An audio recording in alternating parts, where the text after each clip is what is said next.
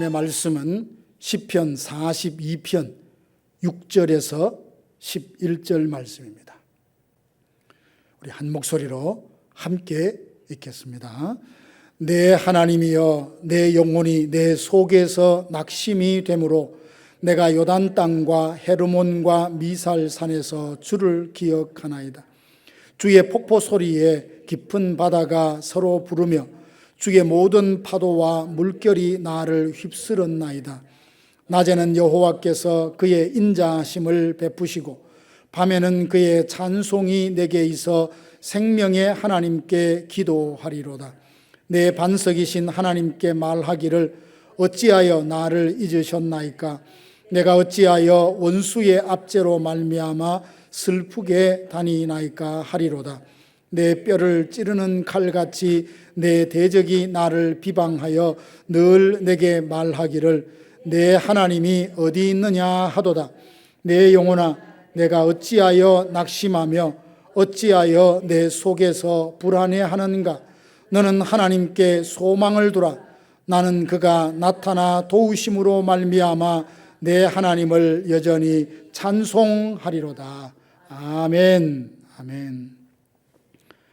우리가 살아가면서 낙심하지 않을 수 있을까요? 여러분, 이때까지 살면서 나는 한 번도 낙심해 본 일이 없습니다, 이런 분이 혹시 계시나요? 아마 안 계신 것 같아요. 저를 비롯해서. 원했던 일이 뜻대로 잘 되지 않을 때, 목표를 가지고 힘을 썼는데 원했던 만큼의 결과나 열매를 얻지 못하면 우리는 사람인지라 낙심이 되곤 합니다. 이솝 우화에 나오는 여우와 포도라는 이야기 혹시 아시죠? 배가 고픈 여우가 높이 달려있는 그 먹음직한 포도를 봤습니다. 얼마나 먹고 싶었겠습니까? 여우가 펄쩍펄쩍 뛰면서 힘껏 뛰어오르지만 포도 송이까지 닿지를 않는 겁니다. 여러 번 시도했지만 결국 따지 못하자 포기하면서 여우가 이런 말을 하죠. 어차피 저 포도는 신맛일 거야. 우리도 원하는 것을 갖지 못할 때 스스로를 합리화하며 이렇게 말하지 않습니까? 사실 원했는데 그거 나 별로 원하지 않았어. 별 소용이 없어. 나 안 가져도 돼. 여러분, 우리가 살면서 자기를 합리화하며 그럴듯한 이유로 변명을 한다고 해서 낙심된 마음이 치유가 되고 회복이 되겠습니까? 이제는 혹 우리 마음속에 낙심이 되었다면 그것을 다루는 방법을 달리 해볼 수 있기 원합니다. 성경에 보니까 믿음의 사람들도 낙심했던 이야기들이 참 많이 있더라고요. 아브라함을 생각하면 그와 같습니다. 하나님이 그에게 너의 후손이 하늘의 별처럼 바다의 모래처럼 많게 하겠다 약속을 하셨습니다. 아멘 했죠. 아멘. 그런데 후손이 그렇게 많아지려면 당장 자기에게 자손이 있어야 될 것 아닙니까? 한꺼번에 1000명씩 10,000명씩 이렇게 낳을 수가 없잖아요. 가나안 땅에 온 지 10년이 지나도록 자식이 생기질 않는 겁니다. 하나님께서 아브라함에게 거듭거듭 후손에 약속할 때마다 한 번은 아브라함이 그렇게 말합니다. 하나님, 내게 자식을 아무도 안 주셨으니 내게 있는 저 다메섹의 종 엘리에셀이 나의 상속자 후계자가 될 것입니다. 이 말은 오늘까지 약속을 믿고 기다렸지만 현실을 보니까 낙심이 됩니다. 이런 말이 마찬가지예요. 모세도 낙심했던 순간이 있습니다. 광야에서 이스라엘 백성들을 인도하는데 이 백성들이 얼마나 원망하고 불평이 잦은지요. 물이 없다고 불평하고 양식이 없다고 불평하고 길이 불편하다고 길이 험하다고 불평을 합니다. 애굽에서 고기를 먹던 때가 좋았다며 심지어는 부추도 참외도 정력이 떨어져서 못 살겠다고 고기도 먹고 싶다고 그렇게 불평을 합니다. 모세는 견디다 못해서 하나님 앞에 이렇게 말하지 않습니까? 주님, 차라리 저를 죽여주십시오. 그것이 내게 행하신 은혜입니다. 이렇게 고백할 정도로 힘든 상황에 자포자기하며 낙심했던 경험이 있습니다. 능력의 선지자 엘리야도 낙심을 했습니다.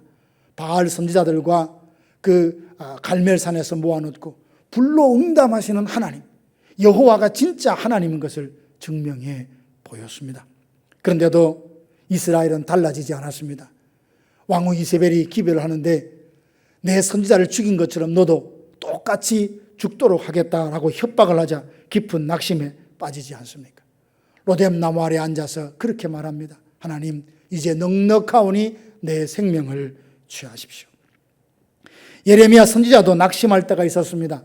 유다 왕 요시야가 애굽의 바로 누고가 군대를 이끌고 북상하는 것을 가로막으려고 하다가 그만 그 전쟁에서 바로에 의해서 목숨을 잃습니다.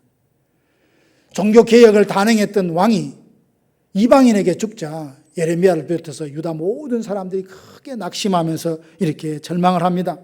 예레미야 예가에 보면 이렇게 말합니다. 내 고초와 제낫 곧 쑥과 담즙을 기억하소서. 내 마음이 그것을 기억하고 낙심이 됩니다. 예레미야 선지자도 이렇게 낙심을 할 때가 있었습니다. 낙심했던 사람들이 어디 구약 성경뿐일까요? 신약 성경에도 있습니다. 예수님의 제자들은 예수님이 십자가에 못 박히자 낙심하여 뿔뿔이 흩어집니다. 베드로는 나는 이제 물고기 잡으러 디베라 바닷가로 간다. 그러니까 몇몇 제자들도 우르르 따라가지 않습니까? 엠마오로 가려는 두 제자가 왜 예루살렘을 떠나서 엠마오로 갑니까? 예수님이 십자가에 죽으셨다는 그 소식을 접하고 그 일을 접하고 낙심해서 고향으로 돌아가고 있습니다. 바울도 낙심했던 적이 있습니다. 아덴에서 철학자들을 상대로 수준 높은 설교를 했지만 반응이 별로 없어요. 전도의 열매가 거의 없고 조롱하는 사람들까지 생겨났습니다. 그런 마음으로 고린도에 도착하니까 얼마나 두렵고 떨리는지 내가 고린도에 복음을 전할 때 심히 두렵고 떨었다라고 고백할 정도였습니다. 어디 그뿐입니까? 성경에 나오는 인물뿐만 아니라 오늘을 살고 있는 저와 여러분들도 낙심할 때가 있지 않습니까? 갈라디아서 6장 9절에 보니까 선을 행하다가 낙심하지 말지니라고 말했어요. 선을 행하다가 낙심하지 말지니 때가 되면 이루리라 반드시 거두리라 약속을 하십니다. 우리가 낙심하면 하나님은 너 그것밖에 안 돼라고 내치시는 것이 아니라 내버려 두지 않으십니다. 아브라함이 낙심했을 때에 하늘의 별들을 거듭 보여주시고 재차 반복하여 약속을 거듭 말씀해 주시며 그의 믿음을 북돋워 주셨습니다. 모세가 낙심할 때에 너 혼자 하지 말고 내 혼자 이 짐을 질 수 없다라고 하니까 70명의 장로들과 함께 그 짐을 함께 나누어 주게 하셨죠.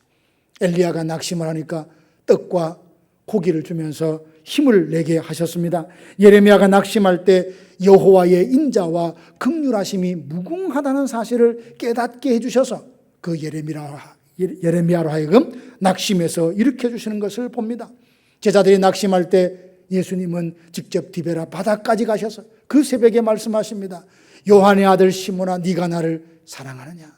3번 물으시고 사랑합니다. 그러니까 내 양을 먹이라 내 양을 치라 하면서 다시금 사명을 주지 않습니까? 바울이 두려워 떨 때 하나님은 두려워하지 마라. 이 성에 내 백성이 많다 하시고 내가 너와 함께 하겠다 말씀하셨습니다. 이와 마찬가지로 하나님은 낙심 중에 있는 우리들에게 오늘 시편 42편 11절을 통해서 이렇게 말씀하십니다. 내 영혼아 내가 어찌하여 낙심하며 어찌하여 내 속에 불안하여 하는고 너는 하나님을 바라라. 그가 나타나 도우심으로 말미암아 내가 여전히 찬송하리로다. 사람은 누구나 낙심할 수 있습니다. 목사라고 낙심하지 않고 장로님이라고 낙심하지 않고 기도 많이 하는 권사님이라고 낙심하지 않는 게 아닙니다. 누구든지 낙심할 수 있습니다. 사람이기에 낙심할 수 있습니다. 우리의 인생길에는 우리를 낙심케 할 수많은 지뢰들이 깔려 있는데 우리가 그 길을 걷고 있는 겁니다. 지금은 혹 낙심하지 않아도 한때 어떤 일로 낙심해 있든지 또 앞으로 기대하지 못했던 예상치 못했던 어려운 일을 당해서 우리는 하나님 계십니까? 어디 계십니까? 이런 푸념으로 낙심할 때가 있습니다.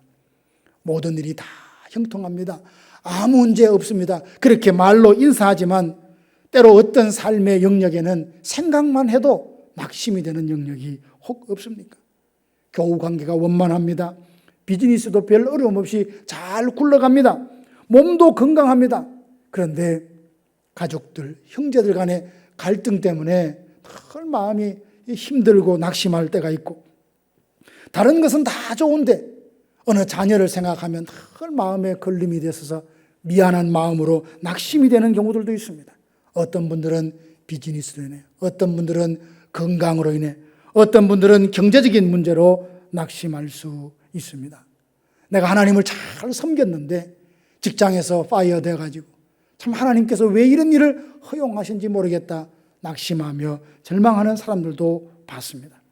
내용과 상황은 그 정도는 다르지만 우리 모두는 나를 낙심케 하는 어떤 이유들, 상황들과 늘 마주하며 살아갈 수밖에 없습니다.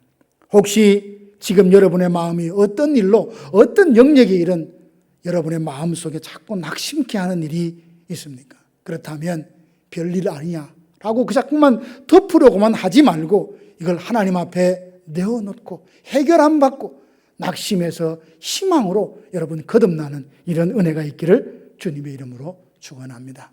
시편 42편 5절, 11절, 43편 5절은 똑같은 말인데 반복이 됩니다.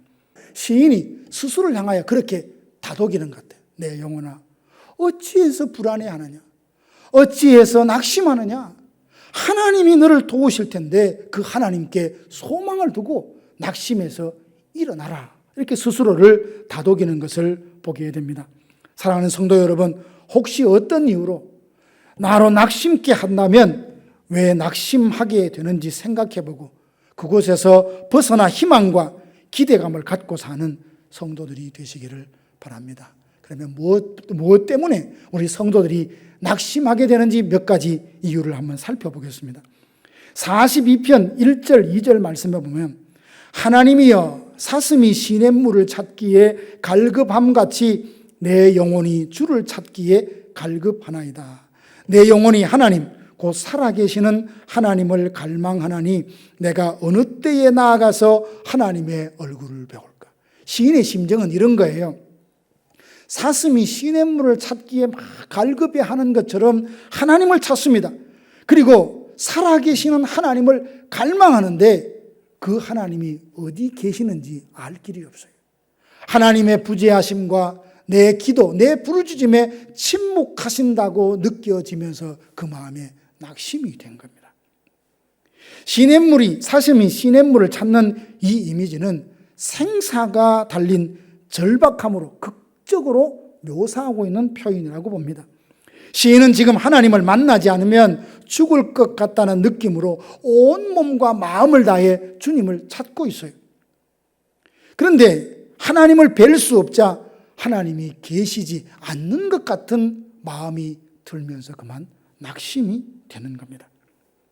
욥은 하나님을 경외한 사람이잖아요. 하나님이 인정하셨고 하나님이 칭찬해 주셨습니다. 그런 그가 극한 고난을 겪으면서 낙심을 합니다. 욥이 무엇 때문에 낙심했을 것 같습니까? 그 많던 재산을 하루아침에 다 잃어버리기 때문에, 자녀들 다 잃어버리기 때문에, 그리고 자기의 그 건강을 잃어버리기 때문에 낙심한 것 같습니까? 욥기에 보면 주신 이도 여호와시고 취하신 이도 여호와시라면서 자기는 어리석게 입술로 하나님께 범죄하지 않았다고 했어요. 그러면 욥이 낙심했던 이유가 뭘까요? 욥기서 23장 8절 9절 보니까 내가 앞으로 가도 그가 아니 계시고 뒤로 가도 보이지 아니하며 그가 왼쪽에서 일하시나 내가 만날 수 없고 그가 오른쪽으로 돌이키시나 배울 수 없구나.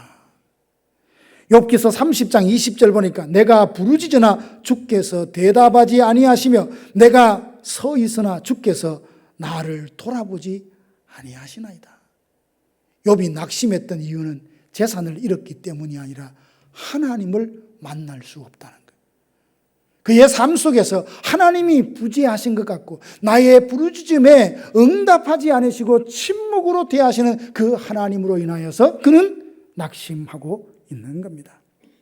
하나님이 일하고 계신 것은 분명히 아는데 하나님을 부르짖고 하나님을 찾았는데 하나님을 만날 수 없어서 무척 고통스러워하며 낙심이 되었던 것입니다. 세례 요한은 빈들에 지내며 광야 생활에 익숙한 사람이라 할 수 있습니다. 예수님보다 6개월 먼저 이 세상에 와서 예수님이 오시는 길을 닦는 사람이었죠. 이사야서 40장의 예언대로 광야에 외치는 소리라는 사명을 부여받고 엘리야로서 광야에 외치는 자의 소리로서 사명을 감당할 사람이었습니다. 그런데 요한이 복음을 증거하다, 특히 헤롯의 잘못을 지적하다가 감옥에 갇히지 않았습니까? 그런데 예수님이 찾아와 보지도 않고 제자들을 보내서 어떻게 하겠다는 말씀도 없어서 그 마음속에 정말 예수님이 우리가 기다리는 메시아가 맞나 의심이 들었던 것 같아요. 자기 제자들을 예수님께 보내면서 오실 그이가 당신입니까? 우리가 다른 메시아를 기다려야 됩니까? 라고 질문을 하게 했습니다.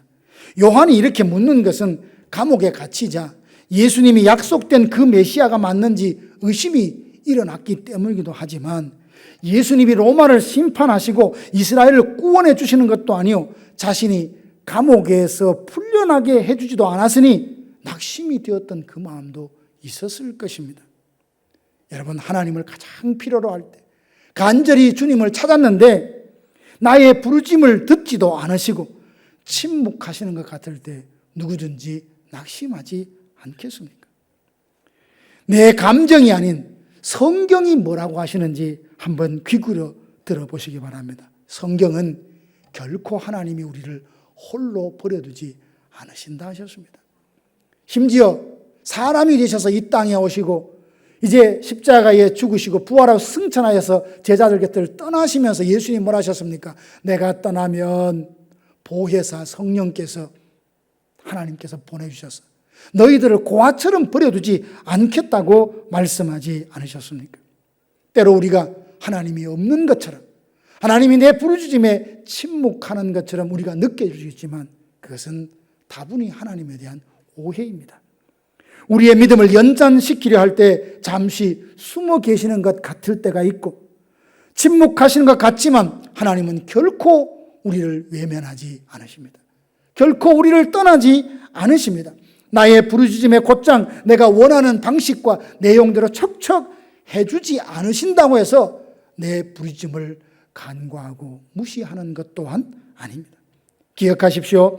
우리를 향한 하나님의 마음은 영원토록 동일하십니다. 로마서 8장 32절에 보면 자기 아들을 아끼지 않으시고 우리 모든 사람을 위하여 내주시니가 어찌 그 아들과 함께 모든 좋은 것을 주지 않겠느냐. 그렇습니다. 때로 갈망하는 마음에 당장 원하는 것으로 채워주지 않는다 할지라도 우리 하나님은 모든 것을 합력하여 선을 이루시며 나의 믿음을 정금같이 빚으시는 과정으로 믿으시기를 바랍니다. 사람이 낙심하는 또 다른 이유는 사람들로부터 비방을 받으며 내가 하나님 앞에 잊혀진 존재라는 생각을 하게 될 때 낙심이 됩니다. 시인은 하나님의 부재와 침묵으로 힘들어하는 중에 사람들의 비방을 들었어요. 3절 보니까 사람들이 종일 내게 하는 말이 뭡니까? 네 하나님이 어디 있느냐? 하나님이 어디 있는지 궁금하다 그런 뜻이 아니겠죠. 사람들이 볼 때는 하나님이 계시지도 않는데 그 하나님을 믿는다고 살아가는 이 시인을 조롱하고 비웃는 겁니다. 9절에 보니까 내 반석이신 하나님께 말하기를 어찌하여 나를 잊으셨나이까. 원수들의 비방과 조롱이 그치지 않으니까 내가 하나님 앞에 버림받고 내가 하나님 앞에 잊혀진 존재가 된 것은 아닐까라는 생각이 들자 그만 마음의 낙심이 되었다는 겁니다. 사람들은 누군가에게 잊혀진다는 것, 그래서 소외를 당하고 혼자가 되는 것을 싫어하고 두려워하기까지 합니다. 그래서 누군가 자기를 기억해주면 굉장히 좋아하죠. 이름을 기억해주고 옛날 함께 있었던 어느 일들을 추억해서 떠올려주면 참 좋아합니다. 그래서 소중한 이 관계를 유지하기 위해서 많은 시간과 물질과 정성을 쏟지 않습니까? 소속감이 없고 마음을 나눌 수 있는 사람이 없다면 이는 마치 항구에 정박하지 못하고 떠도는 배와 같은 심정일 것입니다. 사람들에게 잊혀지는 것도 싫은데 하나님께 잊혀진다면 얼마나 끔찍하고 불쌍한 인생이 되겠습니까? 다윗도 하나님께서 숨어 계시는 것처럼 느낄 때가 있었습니다. 시편 13절에 보니까 여호와는 그 얼굴을 내게 숨기시고 내가 그를 찾을 때 대답하지 않으셨다 하고 탄식을 합니다. 모세는 광야에서 40년 동안 자기는 잊혀진 채 살았다고 그렇게 생각했을 겁니다. 나이 40이 될 때까지는 애굽의 바로의 궁에 살면서 얼마나 화려한 인생을 살았습니까? 군대를 동원해서 전쟁에 나가면 그때마다 승리하죠. 홀로 다닐 때가 있습니까? 항상 수행원들을 다니면서 많은 사람들에게 인사받고 존경받던 삶을 살았죠. 그런데 40이 되어서 자기 형제들을 돌아볼 마음으로 그냥 다툼을 중재하다 그만 애굽 사람을 죽이게 되었고, 이게 탄로나서 미디안 광야로 도망을 가게 됩니다.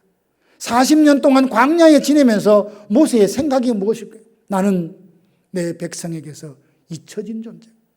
하나님도 나를 잊었을 것이다. 하나님께도 나는 잊혀진 존재라고 생각하며 40년을 보냈을 것입니다.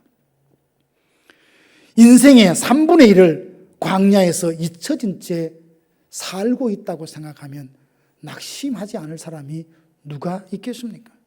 그런데 호렙산에서 나이 80에 여호와 하나님을 만나서 바로에 가서 내 백성을 구하라라고 할 때에 그가 대답하는 말투를 보면 하나님 보낼 만한 사람을 보내십시오. 나는 혀가 둔하고 입이 뻣뻣한 사람입니다. 계속 거부하는 걸 보면 그는 40년 동안 광야에 살면서 사람들에게 하나님께 잊혀진 나 같은 존재가 무슨 일을 할 수 있겠습니까? 이런 마음을 가졌을 것입니다. 이외에도 우리는 낙심하는 여러 가지 이유가 있습니다. 내가 처한 상황을 볼 때 낙심할 수 있습니다. 이러이러한 상황, 이러이러한 열매, 이러이러한 결과를 내가 얻으리라 생각하고 최선을 다했는데 그 결과를 얻지 못하면 그만 낙심하게 되죠. 예레미야가 3장 19절 20절 보면 내 고초와 재난 곧 쑥과 담즙을 기억하소서. 내 마음이 그것을 기억하고 낙심이 됩니다. 내가 보는 내게 주어진 이 상황을 바라보면 누구든지 낙심할 수밖에 없다는 겁니다. 사람은 자기 능력, 자기 지혜로 해결할 수 없는 인생의 큰 문제를 만날 때가 한두 번이 아닙니다. 배우자나 자녀 등 타인에 대한 지나친 기대감을 갖고 있다가 기대했던 만큼 그 사람이 행동하지 않고 변화하지 않는다면 그만 실망하고 낙심하지 않습니까? 그리고 내가 계획했던 일이 안 될 때도 낙심합니다. 오랫동안 기도했는데도 응답되지 않을 때 우리는 낙심이 됩니다. 잠언 13장 12절 보니까 소망이 더디 이루어지면 그것이 마음을 상하게 한다라고 했습니다. 제자들은 예수님을 따라다니면서 자기 나름대로 갖고 있는 꿈이 있었습니다. 이스라엘을 구원해 주시는 그날이 되면 나는 예수님의 오른편에 앉아야지, 왼편에 앉아야지, 오른편 왼편도 안다면 오른편 그 다음에 앉아야지, 그러면서 권세를 누릴 꿈을 꾸고 있었는데 예수님이 십자가에 죽으시자 자기의 꿈이 산산이 깨어지게 되었고 만 낙심하여 물고기를 잡으러 디베라 바닷가로 가버린 것 아닙니까? 그런가 하면 고난이 지속될 때, 그리고 오랜 투병 생활이 계속될 때 낙심하지 않을 사람이 누가 있겠습니까? 범죄 후 회개하지만 자꾸만 죄에 자꾸 넘어질 때 자신의 믿음 없음을 보면서도 낙심하고 실망할 수 있습니다. 그런가 하면 다른 사람의 말 때문에도 낙심하고 실족하게 됩니다. 말하는 사람은 악의가 없이 말을 하죠. 그 사람을 생각해서 배려해서 사랑이라고 말하지만 듣는 사람에게는 씻을 수 없는 상처와 아픔으로 다가오는 이런 말이 있습니다. 그래서 우리는 해야 할 말, 반드시 하고 싶은 말도 지혜와 덕이 되도록 말을 할 줄 알아야 합니다. 그래야 다른 사람을 세울 수 있고 다른 사람을 위로하고 격려할 수 있게 됩니다. 꼭 필요한 말이라고 했는데 꾸짖는 듯한 태도나 지나치게 독선적인 말이나 대상에 따라 기준을 다르게 한다면 차별을 느낀다라고 하면서 낙심할 수 있습니다. 특히 교회에서 앞장서서 섬기는 분들은 말의 덕을 세울 수 있어야 합니다. 사람은 누구나 이기적이고 날카로운 말, 정죄하고 비판하는 말, 보편적인 말도 아니고 자기 생각일 뿐인데 그걸 절대화하면서 이것 아니면 다 틀린 것처럼 그렇게 강조하면 듣는 사람의 마음에 상처가 되고 낙심이 되어 믿음 생활에 큰 어려움을 안겨줄 수 있습니다. 비난하고 정죄하고 판단하는 말은 오히려 교회 부흥의 불씨를 꺼뜨릴 수 있습니다. 오늘 시인의 영혼이 깊이 낙심하게 된 것은 다른 사람의 비방하는 말 때문이라 그랬는데 그 비방하는 말을 어떻게 표현했습니까? 찌르는 칼에 비유를 했어요. 주먹으로 맞은 것도 아프지만 잘못된 말을 통해서 이 마음에 멍이 생기면 참 오래 갑니다. 아무리 좋은 의도로 시작했다 할지라도 내 말과 행동이 누군가를 살릴 수 있는 결론으로 열매로 나아가도록 우리는 이 언어 생활에 조심을 해야 합니다. 그래서 할 수만 있으면 축복하는 말, 용기를 주는 말, 칭찬과 격려, 소망을 주는 말을 할 수 있어야 합니다. 사랑하는 성도 여러분, 우리는 인간이기 때문에 다른 사람을 완벽하게 판단하거나 진단할 수 없습니다. 오직 하나님만, 입법자와 재판자는 하나님이십니다. 우리는 나 스스로도 판단하지 말고 그 판단은 하나님께 맡기고 우리 구할 것은 충성인 줄로 믿습니다. 사랑하는 성도 여러분, 우리는 인간이기에 낙심할 때가 있습니다. 내 마음이 낙심하지 않도록 지켜야 되지만 나로 인해 다른 사람을 낙심하지 않도록 지혜롭게 해야 됩니다. 그럼에도 불구하고 결과적으로는 낙심하는 일이 있잖아요. 그러면 낙심하지 않으려면 낙심 중에서 우리가 회복하려면 어떻게 해야 할까요? 오늘 11절에 답이 나옵니다. 내 영혼아 내가 어찌하여 낙심하며 어찌하여 내 속에서 불안하여 하는고 너는 하나님께 소망을 두라. 이게 답이에요. 그럴 의도가 없었지만 결과적으로 나 때문에 누가 낙심이 되었어. 나도 내 스스로의 상황 때문에 그만 낙심이 되었어. 그러면 이 낙심에서 벗어날 수 있는 건 아닌 것처럼 덮고 감추는 것이 아니라 하나님께 소망을 둘 때 이 낙심이라는 병에서 고침을 받을 수 있습니다. 낙심 중에 있습니까? 낙심할 수밖에 없는 상황을 처했습니까? 사람이, 상황이, 사건이 내 마음의 생각이 낙심하게 합니까? 하나님께 소망을 두시기 바랍니다. 그럼 하나님께 소망을 둔다는 게 뭘까요? 하나님은 반드시 선한 역사를 통해서 도우실 것이라는 것을 신뢰하면서 주님이 구원하실 것을 믿음을 갖고 소망을 기다리는 거예요. 하나님은 우리를 버리지 않으시고 끝까지 함께 하겠다 약속하신 대로 신실하신 하나님이시니 반드시 그 약속을 지키십니다. 현실이 아무리 힘들고 앞이 보이지 않을 때도 하나님의 신실하심을 믿고 주님의 때를 기다리는 것이 하나님께 소망을 두고 사는 사람입니다. 환경을 바라보면 누구든지 다 낙심합니다. 이제 환경을 바라보고 그 환경이 바뀌는 것에 소망을 두었다면 그건 말고 하나님께 소망을 두십시다. 성경에는 절망 속에서 하나님께 소망을 두고 낙심을 이겨낸 사람들이 참 많습니다. 다윗도 그랬고 욥도 그랬고 하박국 선지자도 그랬죠. 무화과 나무가 무성하지 못하고 포도나무에 열매가 없고 감람나무에 소출이 없고 이런 없고를 가만히 살펴보면 생존이 어려울 만한 기가 막힌 상황이에요. 그럼에도 하박국 선지자는 뭐라고 말합니까? 나는 여호와로 인하여 구원의 하나님으로 인하여 즐거워한다 라고 고백을 합니다. 하나님께 소망을 두는 자는 내게 무엇이 있고 없고 상황의 달라짐과 상관없이 우리는 그 모든 상황을 너끈히 이겨낼 수 있는 줄로 믿습니다. 어떤 일로 낙심이 된다면 이제 하나님께 소망을 두라고. 내 영혼아 어찌하여 불안해하며 어찌하여 하나님 안에서 염려하고 두려워하느냐 낙심하느냐 하나님께 소망을 두라며 스스로를 다독거리고 누군가 낙심 중에 있다면 진심 어린 말로 하나님께 소망을 두라고 권면할 수 있게 되기를 원합니다. 사랑하는 성도 여러분, 하나님께 소망을 두면 낙심되지 않습니다. 하나님께 소망을 두면 낙심된 상태라도 다시 희망을 가질 수 있습니다. 우리 스스로에게 혹은 낙심 중에 있는 분들에게 이렇게 말씀하십시오. 더 이상 낙심하지 말고 하나님께 소망을 두십시오.